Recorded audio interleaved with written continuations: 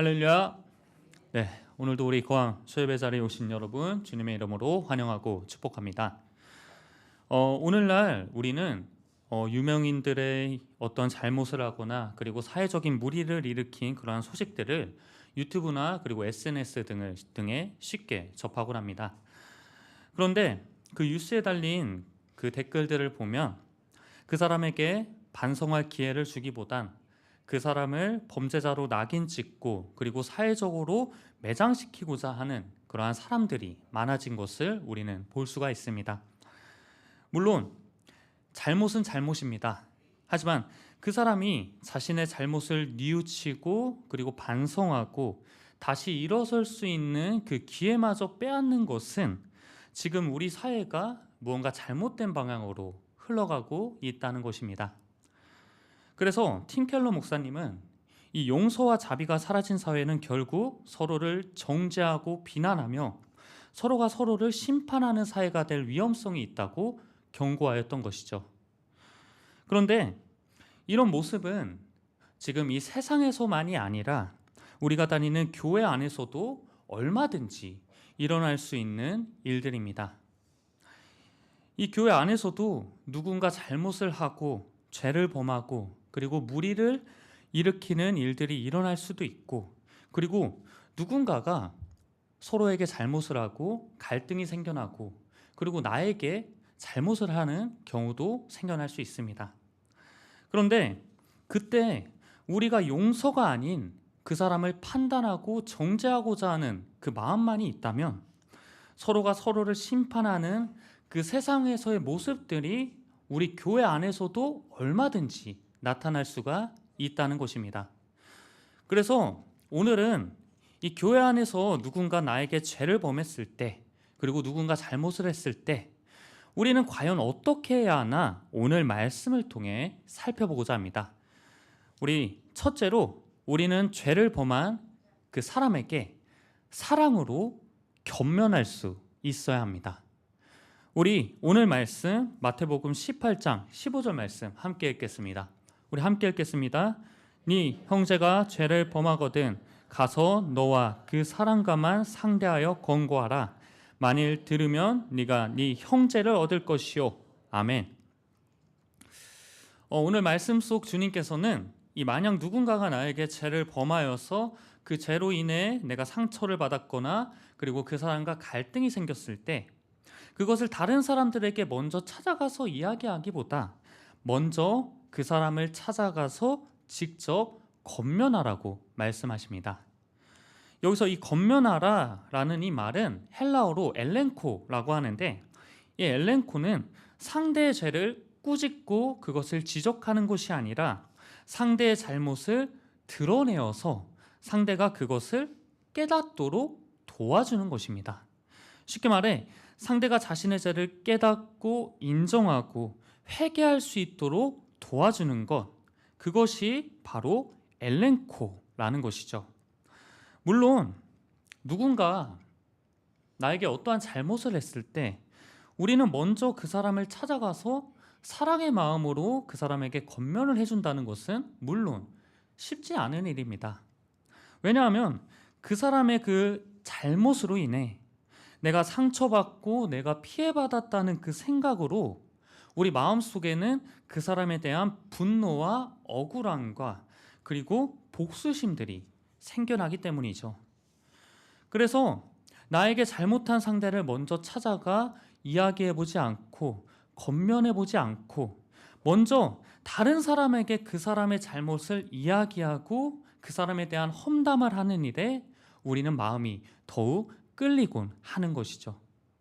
그래서 이런 우리의 연약함과 그리고 그 부족한 모습들을 아시는 주님께서는 오늘 본문 말씀 뒤에 나오는 용서할 줄 모르는 종에 대한 비유로 우리에게 중요한 깨달음을 주고 계십니다. 그 비유의 내용은 이렇습니다. 어느 날 이 1만 달란트를 빚진 사람이 이제 그 빚을 갚으라는 명을 받고 주인 앞에 서게 되었습니다. 그런데 그 1만 달란트 빚진 사람은 그 빚을 갚을 능력이 그리고 돈이 전혀 없었기 때문에 주인에게 무릎을 꿇고 조금만 더 기다려달라며 간절히 부탁을 합니다. 그러자 주인은 그러한 모습을 보며 그를 불쌍히 여겨서 그가 진 빚 모두를 탕감해주는 놀라운 은혜를 그 사람에게 베풀어 주게 됩니다. 그러자 그 종은 너무나 기뻐하여 집으로 돌아갔지만 그 집으로 돌아가는 그 길 가운데 자신에게 100데나리온을 빚진 동료를 만나게 되자 갑자기 그 사람의 멱살을 붙잡고 자신에게 빌린 모든 돈을 갚으라고 다그치게 됩니다. 그러자 그 빚진 동료가 방금 전 자신과 같이 무릎을 꿇고 조금만 기다려달라고 간청을 했지만 그 종은 결국 그 화를 참지 못하고 그 빚을 다 갚을 때까지 그 동료를 감옥에 가두어 버리는 가혹하고 매정한 모습을 보여주게 됩니다. 이 1만 달란트를 탕감받은 종은 자신이 평생을 일해도 갚을 수 없는 그 놀라운 그 빚을 탕감받는 은혜를 얻었지만 그럼에도 고작 그 100데나리온을 되는 그 돈을 빌린 그 동료를 용서하지 못하는 매정한 모습을 보여주었던 것입니다. 이것이 바로 우리들의 모습입니다. 우리는 우리의 힘과 노력으로는 평생을 일해도 갚을 수 없는 1만 달란트라는 그 우리의 죄를 하나님께 탕감받았지만 우리는 우리가 남에게 받은 고작 그 100데나리온쯤 되는 그 작은 상처와 피해를 우리는 용서하지 못한다는 것입니다. 그래서 하나님께서 우리에게 베풀어 주신 그 자비와 사랑을 우리가 믿고 그것을 알고 있다면 우리는 그 자비와 사랑을 본받아 그대로 남에게도 행할 수 있어야 한다는 것입니다. 그것이 바로 주님께서 우리에게 원하시는, 우리에게 바라시는 우리들의 모습이라는 것입니다.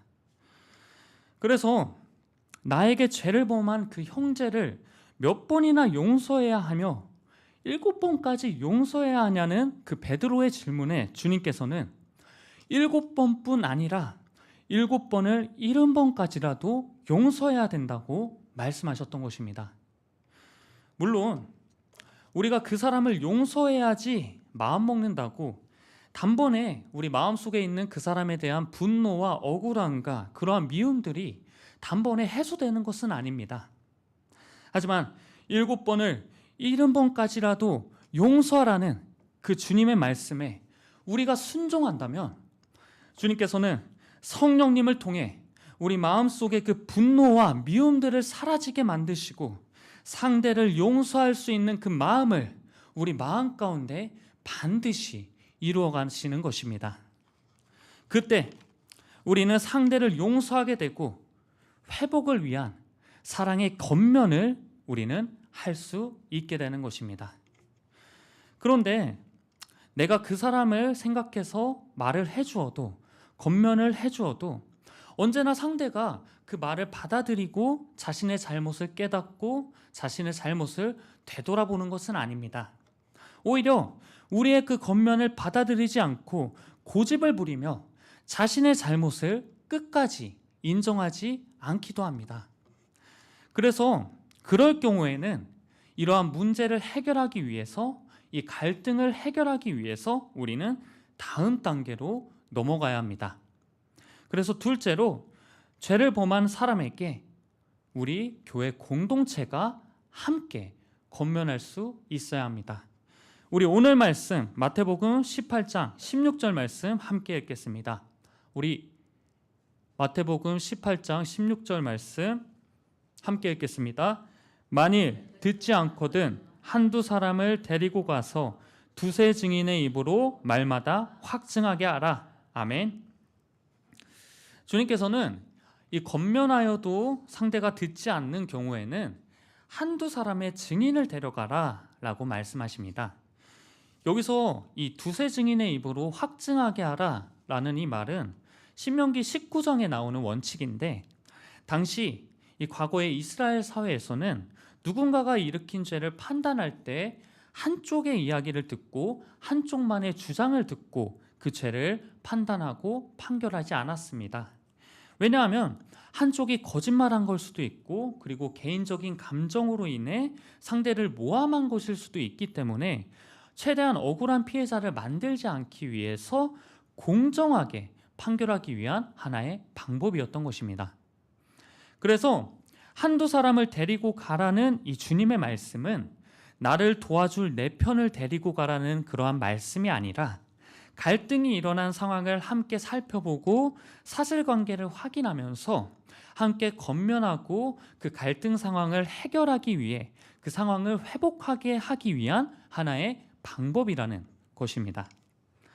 이렇게 이 갈등이 일어났을 때 한두 사람의 증인을 데리고 간다면, 내가 혼자 건면했을 때는 받아들이지 않던 상대도 자신의 잘못을 깨달을 수 있고, 그리고 나 또한 미처 알지 못했던 부분이나 내가 오해했던 부분이나 그리고 내가 알지 못했던 그러한 죄나 잘못들을 깨달을 수가 있다는 것입니다.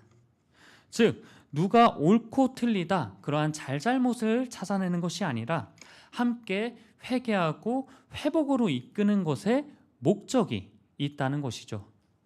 그런데 만약 이렇게까지 했는데도 그 죄를 범한 사람이 권면을 받아들이지 않고 고집을 부리고 자신의 죄를 인정하지 않는다면, 주님께서는 다음 단계로 넘어가라고 말씀하십니다.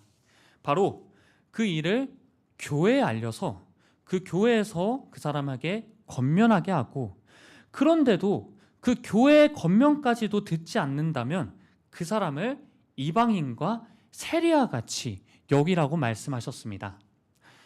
우리가 잘 알듯 이 유대인들에게 있어 이 이방인과 세리는 하나님의 언약 밖에 있는 사람들이었고 상종하지 못할 죄인들이었습니다. 그렇다는 건 이 이방인과 세리와 같이 여기라는 것이 그 사람과 상종도 하지 말라, 죄인 취급을 하라는 것, 그러한 말은 아닙니다. 이 이방인과 세리처럼 여기라는 이 말은 교회의 성도들이 그 사람과의 교제를 제한하면서 그 상황에서 죄를 범한 그 사람이 자신의 죄를 다시 깨달을 수 있게, 이방인과 세리와 같이 여겨 그 사람이 내가 잘못을 했구나 깨달을 수 있게 도와주라는 말인 것입니다. 그래서 이 교회 공동체가 그 사람과의 친교와 교제를 금지하면서 이제는 우리가 당신을 믿는 사람으로 대할 수 없다라는 그러한 압박을 주는 것입니다. 그리고 이제는 믿는 사람이 아닌 복음을 전해야 할 대상, 복음을 다시 전해야 할 대상으로 여기라는 주님의 가르침인 것입니다. 그런데 어떻게 보면 이 지금까지 과정들이, 이 권면의 과정들이 너무나 번거롭기도 하고 그리고 수고스러운 일처럼 느껴질 수도 있습니다. 우리는 왜 그 죄를 범한 그 사람에게 그렇게까지 우리가 수고스러운 고생을 하면서까지 그 사람에게 기회를 주고 그 사람에게 회개할 수 있는 그러한 권면을 해야 하는 것일까요? 바로 하나님께서 하나님을 떠난 그 길을 잃어버린 그 한 영혼이 다시 돌아오길, 다시 하나님께로 돌아오길 하나님께서 원하시기 때문입니다. 우리 그래서 마태복음 18장 14절 말씀 우리 잠시 읽어보겠습니다. 우리 함께 읽겠습니다. 이와 같이 이 작은 자 중에 하나라도 잃는 것은 하늘에 계신 너희 아버지의 뜻이 아니니라. 아멘. 주님께서는 오늘 본문 말씀 앞에서 잃은 양의 비유를 통해 하나님 아버지의 마음을 보여주십니다. 목자가 99마리의 양을 가지고 있음에도 잃어버린 한 마리의 양을 찾아 나서고 그 양을 찾을 때 기뻐하는 것, 그것이 바로 하나님 아버지의 마음이라고 주님께서는 보여주고 계십니다.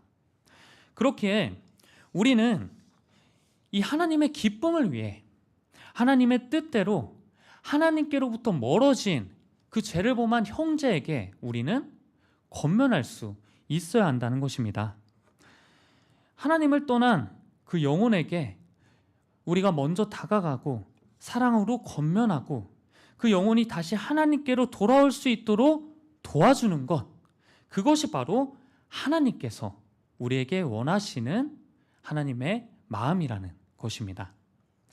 그렇기에 우리는 정죄가 아닌 회복을 위해 기도할 수 있어야 합니다. 이 죄를 일으킨 그 형제를 위해, 또 교회에 어떤 갈등이 일어났을 때 우리는 교회의 회복을 위해 우리 함께 모여 한 마음으로 교회의 회복을 위해 기도할 수 있어야 합니다. 그렇게 우리가 함께 이 교회의 회복을 위해 모여 기도할 때 주님께서는 우리의 기도를 들으시고 반드시 응답하시는 것입니다. 그렇기에 마지막으로 우리는 합심하여 교회의 회복을 위해 기도할 수 있어야 합니다. 우리 함께 마지막으로 마태복음 18장 19절 말씀 함께 읽겠습니다. 우리 함께 읽겠습니다. 진실로 다시 너희에게 이르노니 너희 중에 두 사람이 땅에서 합심하여 무엇이든지 구하면 하늘에 계신 내 아버지께서 그들을 위하여 이루게 하시리라. 아멘. 이 교회 안에서 자꾸만 다툼과 갈등이 일어나는 이유는 우리는 모두 서로 다르기 때문입니다. 우리는 각자 가진 성격도 다르고 환경도 다르고 살아온 모습도 다릅니다. 그렇기 때문에 우리는 각자의 생각이 다를 수밖에 없고 서로 맞지 않는 부분이 있을 수밖에 없습니다. 그런데 우리는 자꾸만 이러한 사실을 간과하고 나의 생각과 나의 감정을 앞세워 상대를 판단하고 정죄하고 교회 안에서 만들지 않아도 될 그 갈등들을 우리는 자꾸만 일으키곤 합니다. 또 사랑과 긍휼의 마음이 아니라 당장 내 눈앞에 보이는 그 사람의 죄와 그 사람의 허물만을 바라보며 믿음이 부족한 사람이라며 우리는 상대를 판단하고 정죄하기도 합니다. 그 사람이 지금 어떤 상황에 있고 그 사람에게 어떤 문제가 있고 그 사람이 지금 어떤 삶을 살아가고 있는지는 우리는 보려고 하지 않는다는 것입니다. 그래서 우리는 항상 우리 모두는 같은 죄인임을 기억해야 합니다.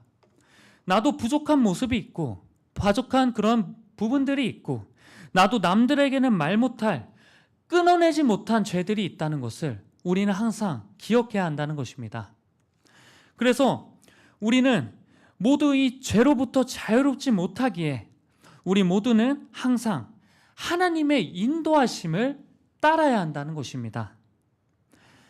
나의 감정과 나의 생각과 나의 욕심이 우선이 되는 것이 아닌 하나님의 말씀, 하나님의 뜻이 모든 것에, 모든 일에 기준이 되어야 하며 오직 하나님을 기쁘시게 하는 일이 우리의 우선이 되어야 한다는 것입니다. 우리가 이 오케스트라를 보면 서로 다른 악기가 서로 다른 소리를 내지만 그것들이 조화롭게 어울려지는 것은 모두가 같은 악보를 보고 같은 지휘자를 보고 모두 함께 같은 곡을 연주하기 때문에 세상에서 가장 아름다운 소리가 나는 것입니다. 이것이 바로 올바른 교회 공동체의 모습입니다.